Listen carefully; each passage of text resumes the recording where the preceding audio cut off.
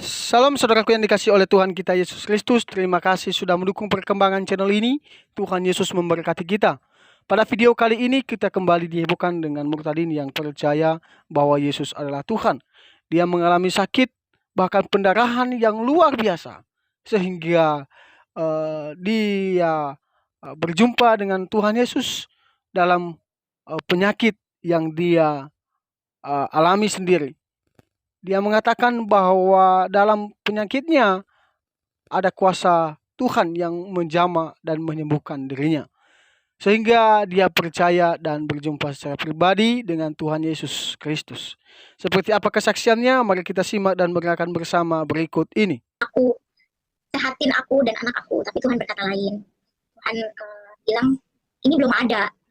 Aku di diagnosa blighted ovum, sorenya aku udah curiga nih. Akhirnya malamnya tuh aku USG dan ternyata benar.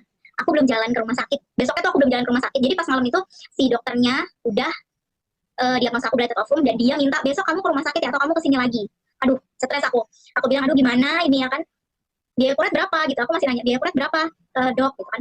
Segini sekian gitu. Oh itu sudah sama obat, aku tanya gitu. Oh belum, obatnya beda lagi. Aduh ya Tuhan gimana lah ini gitu kan. Terus emang kalau nggak dikuret gimana? Oh nanti bahaya ibu, nanti ibu bisa nggak bisa nggak hamil lagi. Nanti ini pendarahan loh jadinya gitu. Aduh aku panik. Pulang-pulang aku nggak langsung bilang sama suamiku harus kayak gini. Aku duduk dulu, aku lemes. Aku minta sama Tuhan, Tuhan tolong banget. Aku harus gimana gitu. Aku nggak mau sampai pendarahan. Aku nggak mau. Sampai paginya aku udah bener belum ke bidan, belum ke dokter sama sekali. Terus aku udah pendarahan di jam 10 pagi. Aku ingat banget aku udah jam 10 pagi tuh udah pendarahan. Dan beres aja gitu 10 menit pendarahan aku sampai pusing-pusing dan di rumah cuma ada anak aku ya, anak aku saat itu umurnya 4 tahun. Kenapa mami, kenapa kok kayak gitu, mami kenapa gitu, dia panik. Aku udah bingung kan gimana, sampai puji Tuhan ternyata suami aku ada di depan rumah dan aku panik kenapa gitu, dia udah pendarahan gitu kan. Terus abis itu dia tuh berhenti jam jam 3 sore itu aku udah dari yang jam 10 itu 15 menit aku total pendarahan, aku di kamar mandi aku nggak ngapa-ngapain, cuma duduk lemes ngeliat darah keluar terus, aku udah pusing banget rasanya. Sampai di jam 3 sore kayak gitu lagi, aku lagi ngobrol sama tetangga tahu-tahu keluar darah. Aduh aku panik, aku naik ke atas lagi, itu posisi suamiku pergi lagi. Dan selang 10 menit anakku bilang mami papi udah ada di bawah, kata dia. Aku panggilin ya, umur 4 tahun, puji Tuhan pintar banget anakku. Mami aku panggilin ya, iya kak tolongin mami. Sampai akhirnya dia nolongin aku, dia panggil bapaknya, dia suruh naik ke atas. Suamiku udah panik, kenapa kata dia, kenapa ini sampai darah semua, dia bingung. Aku posisinya udah lemes, udah nggak bisa duduk sama sekali aku nggak bisa duduk, bener-bener cuma tiduran. Dan itu posisinya ya aku masih berdarah gitu, aku masih pendarahan, aku udah nggak kuat ngapa-ngapain. Terus sampai mungkin suamiku juga panik ya, karena posisinya dia mungkin nggak mau melihat aku stres, dia nggak mau melihat aku terus kayak gitu ya. Tunggu di sini ya, aku panggil dulu, ada saudara dipanggil, tolongin gue nggak tahu gue mau ngapain gitu. Akhirnya dia naik, terus dia nanya sama aku, posisinya aku masih sadar, dan dia nanya kenapa nggak ngomong gitu. Aku takut, aku bilang aku takut ngerepotin, aku takut kamu jadi kepikiran, aku bilang gitu. Ternyata dia tahu dari kawanku ini, karena aku ngomongnya sama kawanku ini gitu. Terus puji Tuhan suamiku ngerti dan berapa biayanya gitu kan, sekian. Aduh dia pusing, terus tapi dia nggak mau nunjukin pusingnya ke aku, tapi aku tahu dia pusing gitu kan. Sampai akhirnya dia keluar, dia cari bidan, kebetulan tetanggaku ada bidan dan bidannya naik ke atas. Kenapa nggak dicoba aja, kata dia gitu. Tuhan tante, aku nggak tahu, aku mau gimana, aku nggak tahu, aku udah panik, aku tuh orangnya panikan gitu kan.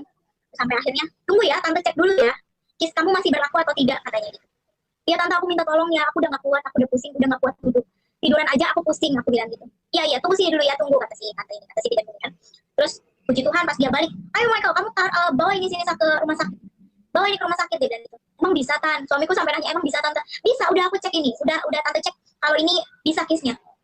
Sampai sana aku dibawa ke rumah, sampai tantenya pulang aku dibawa ke rumah sakit. Puji Tuhan aku juga punya kawan yang luar biasa baik, mereka ngerti posisi aku dan suamiku seperti apa. Terus ya, sampai rumah sakit dan benar-benar aku ditanganin tanpa aku keluarin biaya sepeser pun. Aku sedih sih, tapi aku mikir Tuhan baik banget sama aku, Tuhan luar biasa banget sama aku. Pertama aku nggak perlu di kasih donor darah, karena katanya Mas ini sebenarnya kalau ibunya nggak sehat, ini udah pasti harus donor, ini udah pasti harus ini udah pasti harus transfusi darah. Tapi bersyukurlah Masnya, ibunya nggak sampai transfusi darah gitu. Aku puji Tuhan banget, Tuhan masih berkat aku luar biasa. Dari hal-hal yang nggak aku duga gitu, kayak aku bisa masuk rumah sakit tanpa aku harus ngeluarin biaya gitu sepeser pun. Ditanganin, dokternya juga cepet, susternya juga baik banget, terus suamiku sabar banget, kawanku nungguin sampai aku selesai dikuret. Kayak semuanya tuh lancar aja gitu, kayak semuanya tuh lempeng aja, kayak nggak ada masalah. Aku pingsan ya gitu kan, susternya juga baik banget, sabar banget, ibu jangan sampai ini ya, aduh ibu jangan pingsan dong gitu, sampai kayak gitu nyontokin aku, sampai yang aku di kursi roda tuh udah yang aduh khusus, aku udah gak kuat beneran, aku udah gak kuat, ibu sadar ibu, aduh aku benci banget nih kayak gini nih, sampai susternya kayak gitu, aduh ibu jangan pingsan dong gitu, sampai kayak gitu susternya luar biasa baik banget suster itu. Terus dokternya juga baik gitu kan, dokternya juga baik. Ini anak aku punya kesaksian, dia sedih dengerinnya. Dia nangis ya, semuanya baik, puji Tuhan. Aku mintanya sedikit sama Tuhan, aku minta sedikit, Tuhan tolong dong kasih aku jalan keluar, ini mesti gimana, aku capek, aku bilang aku capek pendarahan terus, aku udah lemas, aku udah gak kuat, aku udah pusing. Saat aku mau dibawa ke rumah sakit pun kondisi aku nggak sadarin diri, dan rumah aku tuh posisinya di atas, jadi kalau mau ke mobil atau ke motor aku harus turun dulu naik tangga lewat dapur, baru aku baru bisa naik kendaraan gitu. Dan puji Tuhan orang-orang kayak tetangga di sini mereka bantuin suamiku angkat aku ya, aku kan gemuk ya, kayak ya pun baik banget mereka gitu, sampai bantuin sampai segitunya gitu. Ayo Michael gitu, ayo gini gue bantuin sampai segitunya. Sampai di rumah sakit aku ditemuin sama orang-orang, ditanganin sama orang-orang yang baik, satpamnya juga baik, semuanya dari aku masuk pintu rumah sakit sampai aku selesai dikuret, sampai abang driver online aja bilang, Bu saya pelan-pelan ya, ibu tenang aja. Aduh Tuhan baik banget sama aku. Hal-hal yang kayak gitu bikin aku sedih. Ya ampun, aku masih banyak dosa tapi Tuhan baik banget sama aku masih banyak salah, aku masih banyak ucapanku masih banyak yang mungkin menyakiti hati orang, aku nggak tahu ya, disengaja atau tidak disengaja aku pasti bikin orang si Lisa mulutnya gitu, pasti bikin kayak gitu. Tapi puji Tuhan, Tuhan baik banget sama aku.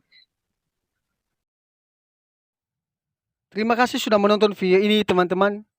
Tanggapan saya terhadap Muqtadin yang satu ini, bahwa memang orang mengaku percaya bahwa Yesus adalah Tuhan, adalah itu pekerjaan Roh Kudus yang bekerja dalam hati setiap manusia. Karena Roh Kudus bekerja mengisafkan, menyadarkan setiap orang mengaku bahwa Yesus adalah Tuhan. Tapi pada kali ini, hal menarik yang perlu saya pahami dari Muqtadin yang satu ini, bahwa ketika dia sakit, dia merasakan kuasa Tuhan menyembuhkan penyakitnya.